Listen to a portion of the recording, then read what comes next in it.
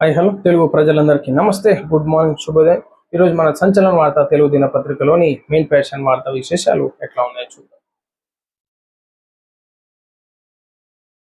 తుమ్మిడిహట్టి వద్ద బ్యారేజ్ నిర్మాణానికి కార్యాచరణ, ముంపు వాటిల్లితే పరిహారానికి ప్రభుత్వం సిద్ధం, అధికారుల పవర్ పాయింట్ ప్రజెంటేషన్. కిషన్ రెడ్డితో మాట్లాడి మహారాష్ట్రను ఒప్పించాలి, ఉత్తమ్ను ఆదేశించిన సీఎం రేవంత్. సో తుమ్మిడిహట్టి వద్ద బ్యారేజీ నిర్మాణానికి కార్యాచరణ చేస్తున్నట్టుగా చూసుకోవచ్చు. ముంపు వాటిల్తే ఆ నష్టపరిహారం రైతన్నలకి ఆస్తి నష్టం కలిగేటటువంటి వారికి ఖచ్చితంగా రాష్ట్ర ప్రభుత్వం తరఫున అన్ని విధాలా ఆదుకుందామని చెప్పేసి చెప్పడం జరిగింది. సో కిషన్ రెడ్డితో మాట్లాడి మహారాష్ట్రాన్ని ఒప్పించాలని చెప్పేసి కూడా ఇక్కడ మాట్లాడుకొచ్చినట్టుగా చూసుకోవచ్చు. 150 మీటర్ల ఎత్తున నిర్మిస్తే మహారాష్ట్రకు సమస్య రాదు, తుమ్మిడిహట్టి వద్ద బ్యారేజ్ నిర్మాణ కార్యాచరణ వేగవంతం చేయాలని సీఎం రేవంత్ రెడ్డి అధికారులను ఆదేశించారు. 150 మీటర్ల ఎత్తున నిర్మిస్తే మహారాష్ట్రలో పెద్దగా ముంపు ప్రభావం ఉండదని సీఎం అన్నారు. ఒకవేళ ముంపు వాటిల్తే పరిహారం చెల్లించేందుకు ప్రభుత్వం సిద్ధంగా ఉందని తెలిపారు.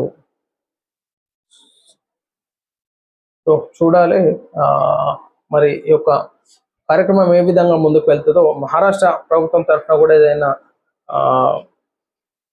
అడ్డంకులు ఎదురైతే ఖచ్చితంగా కిషన్ రెడ్డి గారితో కేంద్ర ప్రభుత్వంతో కూడా మాట్లాడి ఈ తుమ్మిడిహట్టి అయితే త్వరగా కంప్లీట్ చేసుకోవాలని చెప్పేసి రేవంత్ రెడ్డి గారు చెప్పడం జరిగింది.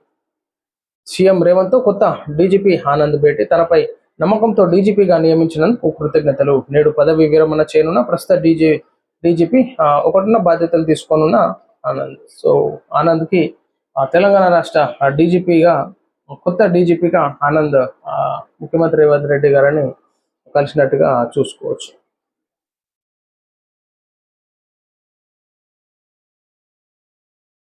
యుఏఈకి వెళ్లనున్న ప్రధాని నరేంద్ర మోడీ మే నెలలో యూరప్ పర్యటనకు వెళ్లనున్నట్లు ప్రభుత్వ వర్గాలు వెల్లడించాయి. 4 ఐరోపా దేశాల పర్యటన సమయంలో మార్గ మధ్యంలో యునైటెడ్ అరబ్ ఎమిరేట్స్ లో ఆగి ఆ దేశ అధ్యక్షుడితో చర్చలు జరిపే అవకాశం ఉన్నట్లు సమాచారం. యుఏఈకి వెళ్లనున్నటువంటి కార్యక్రమం ప్రధాని నరేంద్ర మోడీ గారు. వ్యూహాత్మక చమురు నిల్వలు భారత్ వెనుకంజ. సో ప్రజలకి ఇది పెట్రోల్ డీజిల్ అందించడంలో ఈనాడు భారత్ వెనుకంజగా ఉన్నట్టు మనకి ఇక్కడ ప్రజెంటేషన్ రావడం లేదు. సో ఖచ్చితంగా ప్రజలకి ఎక్కడ ఇబ్బంది లేకుండా కేంద్ర ప్రభుత్వం నిర్ణయాలు తీసుకోవాలి. సో నరేంద్ర మోడీ గారు కూడా ఎక్కడ ఏ విధమైనటువంటి చమురు నిల్వలతోని ఇప్పటికే కార్యాచరణ రూపొందించినట్టు కూడా చూసుకోవచ్చు. సో మొత్తానికి ప్రజలకు ఇబ్బంది లేకుండా కూడా అన్ని వసతులు కల్పించాల్సిందిగా కోరుతా ఉన్నాం. పెట్రోల్ డీజిల్ వదంతులతో అధికంగా కొనుగోలు, ఉత్తమ్ కుమార్ రెడ్డి.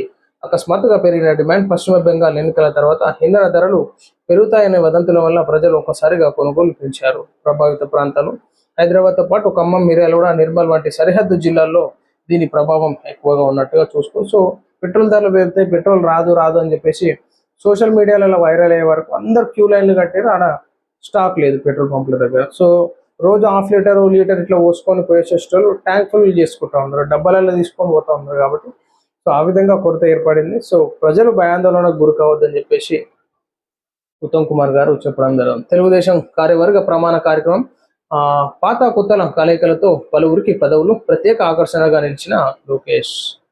సో తెలుగుదేశం కార్యవర్గ ప్రమాణ కార్యక్రమంకి మరి చంద్రబాబు నాయుడు గారు అందరినీ కలుపుకొని ముందుకెళ్ళాలా, ఈనాడు కార్యకర్తలే పార్టీకి బలం అని చెప్పేసి చెప్పినట్టుగా చూసుకోవచ్చు. సో కాబట్టి ఈనాడు అందరితో కలిసి ఒక కార్యక్రమం నిర్వహించుకోవడం చాలా శుభసూచకంగా భావించుకొని ఈనాడు రాష్ట్రంలో ఇంకా హైప్ పెంచుకోవడానికి, తెలుగుదేశం పార్టీలో ఇంకా మంచి గ్రాఫ్ పెంచుకోవడానికి ఉపయోగపడుతుందన్నమాట.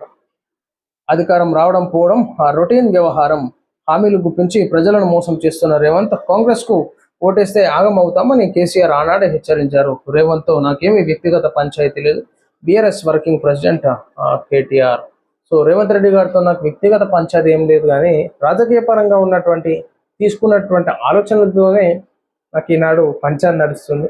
సో ఈనాడు ప్రజలకు ఇచ్చినటువంటి మాట ఖచ్చితంగా నెరవేర్చాలి కాంగ్రెస్ పార్టీ. ఆనాడు కేసీఆర్ చెప్పినారు, కాంగ్రెస్ పార్టీకి ఓటేస్తే ప్రజలు మోసపోతారని చెప్పేసి అని కేటీఆర్ గారు చెప్పడం జరిగింది. సో ప్రజా తీర్పు ఏ విధంగా ఉంటుందో ఒకసారి మనం ఆలోచించాలి. ఎప్పుడు ఒకటే పార్టీకి ప్రజలు తీర్పునియరు, అవకాశాలు ఇస్తారు. అవకాశాలు ఇచ్చి ఏ పార్టీ ఏం చేసిందని చెప్పేసి చూస్తూ ఉంటారు అన్నమాట.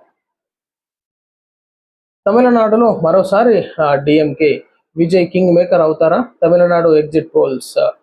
తమిళనాడులో హోరుగా సాగిన అసెంబ్లీ ఎన్నికల్లో అధికార డిఎంకే మరోసారి సత్తా జాటపోతోందని ఎగ్జిట్ పోల్స్ అంచనా వేశాయి. ముక్కోనపు పోర్లు స్టాలిన్ నేతృత్వంలోని పార్టీ విజయ్ దుదుంబి ముగించనుందని మెజార్టీ సంస్థలు అంచనా కట్టాయి.